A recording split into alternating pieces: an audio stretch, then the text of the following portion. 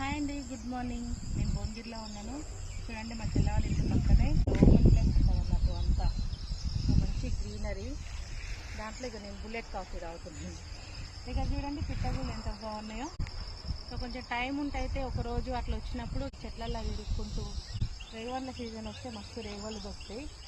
పొద్దునే నెమలి అరుపులు అయితే చాలా వినిపిస్తాయి. నెమలు కూడా కనిపిస్తాయి ఇక్కడ. చాలా బాగుంది కదా. నేనైతే బుల్లెట్ కాఫీ తాగుతున్నాను. ఓకేనా, బాయ్.